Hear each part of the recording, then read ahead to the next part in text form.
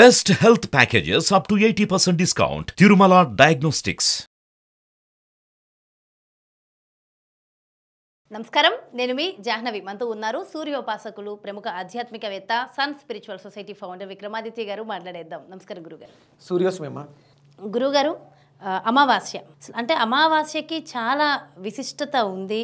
ముఖ్యంగా అసలు ఈ అమావాస్యకి చాలామంది మానసికంగా కొన్ని రకాల డిఫరెన్సెస్తో బాధపడుతూ ఉంటారు. సో బాధపడుతూ ఉంటారు. అసలు ఎందుకు ఇదంతా జరుగుతుంది? అసలు అమావాస్యకి సంబంధించి అమావాస్య రోజు మాత్రమే, ముందు రోజు తర్వాత రోజు మాత్రమే ఎందుకు జరుగుతుందంటారు? డీటెయిల్డ్గా ఎక్స్ప్లెయిన్ చేయండి.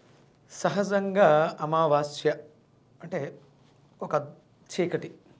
మనల్ని కాదు, చాలామంది భయపడుతూ ఉంటారు అమావాస్య అనగానే. ఎంత ధైర్యవంతులైనా సరే అమావాస్య ముందు, ఒకరోజు ముందు లేకపోతే అమావాస్య తర్వాత, అమావాస్య రోజు మానసికమైనటువంటి ఆటుపోట్లు అధికంగా ఉంటాయి ప్రతి మనిషికి కూడా. ఎందుకు అలా ఉంటాయి? ఇక్కడ మనం మనస్సు అనే ఒక మాట మాట్లాడుతాం. అంటే లోపల ఉన్నటువంటి అది భయం ఎవరికి అంటే ఆత్మకారకుడికి. లోపల ఉన్నటువంటి ఆత్మకారకుడు. ఇది మనకు మీరు చెప్పారు, సూర్యగ్రహణం. సూర్యుడు అంటే ఎవరు? ఆత్మకారకుడు.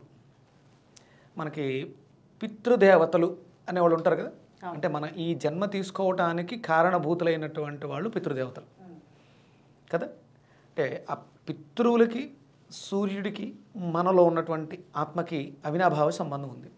అమావాస్య వస్తుంది అనగానే చాలామంది భయపడటం దేనికంటే, మనం పితృకార్యాలు చెయ్యకపోతే, పితృదేవతలకి చేయవలసిన క్రతువులు చెయ్యకపోతే లోపల ఆత్మ ఘోషిస్తూ ఉంటుంది. అంటే మనకు తెలియకుండానే, మనకు తెలియదు అది లోపల ఆత్మ చేస్తున్నటువంటి ప్రక్రియ కాబట్టి మనకు అర్థం కాదు. టెన్షన్ పడుతూ ఉంటాం, ఎందుకో మానసికంగా వీక్గా ఉంటాం. ఏంటంటే ఆత్మఘోష. అంటే ఇది ఒక లాంగ్వేజ్, కోడ్ లాంగ్వేజ్. ఈ ఆత్మ ఆ ఆత్మలు పితృలోకంలో ఉన్నటువంటి వాళ్ళతో అనుసంధానమై ఉంటుంది. మనకు సడన్గా ఒక్కొక్కసారి కళలో కనిపించడం, లేకపోతే అన్ని కర్మలు సక్రమంగా నిర్వర్తిస్తున్నప్పుడు ఎప్పుడన్నా మీరు సడన్గా పడిపోతున్నప్పుడు మిమ్మల్ని ఎవరో పట్టుకున్నట్టు అనిపిస్తుంది. అంటే మిమ్మల్ని చూస్తూ మిమ్మల్ని అనుసరిస్తూ ఉంటాయి, మీతోటే ఉంటాయి. మనం చేయవలసినవి చేయాలి అన్నప్పుడు కొద్దో గొప్ప వాళ్ళే. అవేమి మనల్ని ఇబ్బంది పెట్టాలి, బాధ పెట్టాలి కాదు. మనకి పితృదేవతలు వాళ్ళు ఆశీర్వదిస్తే మన జీవితం ఉన్నతంగా ఉంటుంది అనుకుంటున్నాం. అంటే వాళ్ళు మనల్ని ఆశీర్వదిస్తారు, వాళ్ళ ఆశీర్వాదం ఉంటే మనం బాగుంటాం అనుకుంటున్నాం. అలాంటప్పుడు మనల్ని ఎందుకు ఇబ్బంది పెడతారు? పెట్టరు. కాకపోతే ఆత్మఘోష అది అక్కడ ఘోషిస్తుంటే, అరే నాయన నాకు ఈ కార్యక్రమాలు చేసి పెట్టు, నేను ఉన్నత గతులకు వెళ్తాను, నా ఆశీర్వాదం నీకు అందించడం ద్వారా నువ్వు కూడా ఉన్నతంగా ఉంటావు అని ఘోషిస్తూ ఉంటుంది ఆత్మఘోష. ఇలాంటివన్నీ చెయ్యమని చెప్పడం కోసం, అంటే ప్రతి నెలలోనూ వచ్చేటువంటి అమావాస్య రోజు ఆబ్దికాలు, శ్రాద్ధ కర్మలు ఈ చేయడం అనేది హిందూ సాంప్రదాయంలో, అంటే మనం గుడికి వెళ్ళి భగవంతుడిని అర్చించడం ద్వారా పుణ్యం సంప్రాప్తించుకుంటాం. అలాగే సాధువులు, సత్పురుషులకి వస్త్రదానం, అన్నదానం చేసి పుణ్యాన్ని సంప్రాప్తించుకుంటాం. అలాగే బేదలకి, వాళ్ళకి దానాలు చేసి మనం పుణ్యాన్ని సంప్రాప్తించుకుంటాం. వీటన్నిటికన్నా ముందు మనం చేయాల్సింది పితృదేవతల శాంతి, పితృదేవతలకి ఉత్తమ గతులను కల్పించడం. ఓకే, ఎలాగూ టాపిక్ వచ్చింది కాబట్టి ఒక చిన్న ప్రశ్న అడుగుతా గురువుగారు. సో అమావాస్యకి ముందు రోజు, అమావాస్య రోజు నిజంగానే చాలామంది ఒకలాగా అవుతూ ఉంటారు. ముఖ్యంగా దెయ్యాలు ఉన్నవాళ్ళు, ఆత్మలు వాళ్ళకి పట్టిన వాళ్ళకి కూడా అది ఉంటుంది. కొన్ని ప్లేసెస్లో అవి వదిలిస్తారు అమావాస్య రోజు కూడా అంటారు కదా. దాని గురించి కూడా ఒక్కసారి మీ మాటల్లో, నిజంగా దెయ్యాలు ఉన్నాయంట? దెయ్యం అనే మాట కొంచెం కఠినంగా అనిపిస్తుంది. ఆత్మలు ఆత్మ అంటే ఒక ఎనర్జీ ఎంటిటీ. అది మనలో ఉన్నటువంటి ఒక శక్తి. ఇప్పుడు ఒక మనిషి భౌతిక శరీరం మీది, మీ లోపల ఆత్మ ఉంది, ఇంకొకటి మీ లోపల ఇంకొక ఎనర్జీ యాడ్ అయింది. అప్పుడు మీ పరిస్థితి ఎలా ఉంటుంది? ఈ గదిలో ఒక నలుగురు ఉన్నామమ్మా, బాగుంది, ఇంకొక నలుగురు వచ్చారు, ఎలా ఉంటుంది? కాస్త ఊపిరాడనట్టుగా. ఎస్. ఇప్పుడు దెయ్యం పట్టిన వాళ్ళు ఎలా ఉంటారు? ఈ ఒక ఆత్మ లోపల ఈ ఫిజికల్ బాడీని వాడుకుని ఒక జీవితాన్ని నడుపుతుంది, లీడ్ చేస్తుంది. ఇందులోకి ఇంకొక ఎనర్జీ, ఆత్మ అంటే ఎనర్జీ. ప్రాణం పోయింది అంటే ఆత్మ వదిలేసి వెళ్ళిపోయింది, ఇన్స్ట్రుమెంట్ ఖాళీ అయింది, అంటే సహజంగా జరిగింది అది. అంటే ఆత్మ అనేది ఎనర్జీ కదా, ప్రాణం అనేది ఒక శక్తి, ప్రాణశక్తి కదా, అది బయటకు వెళ్ళిపోయింది కాబట్టి ప్రాణం లేని నిర్జీవం అయింది. ఇంకొక ప్రాణం ఉన్న దాంట్లోకి ఇంకొక ప్రాణం వచ్చినప్పుడు లోపల జరిగే ఒక యుద్ధం, దాని మనోభావాలు వేరుగా ఉంటాయి. ఇక్కడ ఆత్మ తన అనుభూతిని తను నేర్చుకోవాల్సినటువంటి పాఠాన్ని నేర్చుకోవడం కోసం ఒక ఇన్స్ట్రుమెంట్, విక్రమాదిత్య అనే ఒక ఇన్స్ట్రుమెంట్ని సెలెక్ట్ చేసుకుంది. నేను ట్రావెల్ చేస్తూ వెళ్తున్నాను, ఇందులోకి జాహ్నవి వచ్చింది అనుకోండి. ఇప్పుడు నేను ఆధ్యాత్మికంగా వెళ్ళాలనుకుంటున్నాను. జాహ్నవి ఏంటి, ఆధ్యాత్మికతని బంధించి ప్రేక్షకులకు చూపించాలి అనుకుంటుంది. ఇక్కడ ఒక యుద్ధం జరుగుతూ ఉంటుంది. అదే భావాలు ఓకే కాబట్టి సరిపోయింది. అది నువ్వు మంచి రెస్టారెంట్లకి వెళ్దాం, మంచి ఫుడ్ హ్యాబిట్స్ వాటి గురించి షూట్ చేద్దాం, వాటి గురించి నువ్వు షూట్ చేయడానికి వెళ్ళినప్పుడు, చేయించినప్పుడు టేస్ట్ చేస్తావుగా.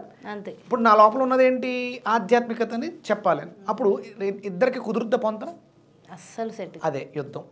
అందుకని ఏంటంటే ఇక్కడ జాహ్నవి అనే దాన్ని బయటికి తీయడమే దెయ్యాన్ని వదిలించడం అంటారు. అదొక ఎంటిటీ అంతే, అదొక ఎనర్జీ. దానికి ఒక రూపము ఆకారం ఏం పెద్దగా ఏమి ఉండదు. నిజంగానే అంటే కొన్ని ఆత్మలు కొంతమందిలోకి నిజంగానే ప్రవేశం, అంటే అకాల మరణాన్ని తీసుకున్నవి. అంటే అందరికీ ప్రతి ఒక్కళ్ళలోని ఉంటుందంటారు ఇలాంటి అవకాశం. కొన్ని నక్షత్రాలు, కొన్ని రాసులు బలహీనమైనటువంటి శక్తి కలిగిన వాళ్ళ మీద శక్తివంతమైనటువంటి ఆత్మలు, ఎంటిటీస్ ప్రవేశించడం వల్ల అలా జరుగుతాయి. ఏదో ఒక బలహీన క్షణంలో. అందుకనే ఎక్కడికైనా వెళ్తున్నప్పుడు భయపడొద్దు. భయపడమంటే అంటే భయం అనేది బలహీనత. దాని లోపలికప్పుడు మనం యాక్సెప్టెన్స్ ఇచ్చినట్టు ఉంటుంది ఆ ఎంటిటీకి. అంటే నేను ప్రాణిక్ హీలింగ్ ప్రాక్టీషనర్ని కాబట్టి దాని పరిభాషలో చెప్పాలంటే, ఒక స్మోక్ చేసే అలవాటు ఉన్నటువంటి వ్యక్తి మరణించినప్పుడు అక్కడ ఉండి బాధపడుతున్న వాళ్ళలో డెలికేట్గా ఎవరున్నా ఉంటే ఈయనలో ఉన్నటువంటి ఆ కోరిక, స్మోకింగ్ అనే కోరిక ఒక బీన్గా ఉంటుంది సోలార్ ప్లెక్సస్ చక్రాలు. ఇది బయటకు వచ్చి అంటే అతను శరీరం వదిలేసాడు, దానికి ఎనర్జీ లేదు.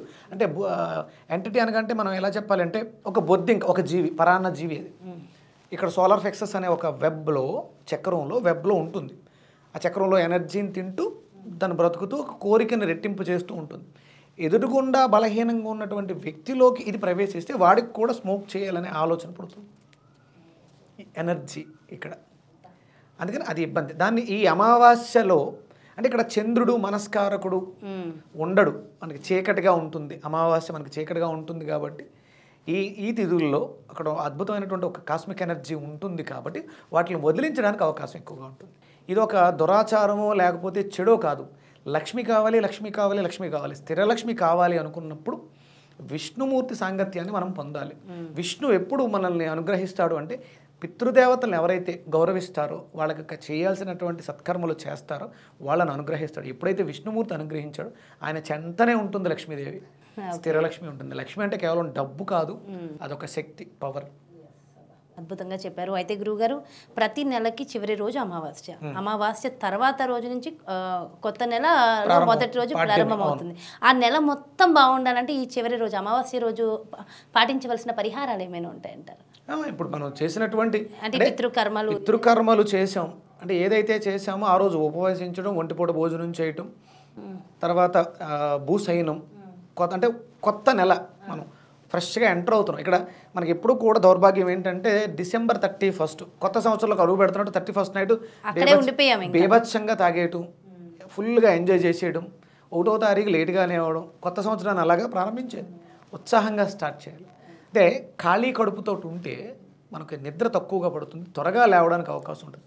కొత్త రోజు కదా, కొత్త మాసం. మనకి ప్రతి నెల కూడా మాసాలు మనకి చైత్రమాసం, వైశాఖ మాసం, ఆషాఢ మాసం, శ్రావణం, ప్రతి మాసము కూడా మనకు వసంతమే, ప్రతి మాసము కూడా మనకు కొత్త సంవత్సరమే.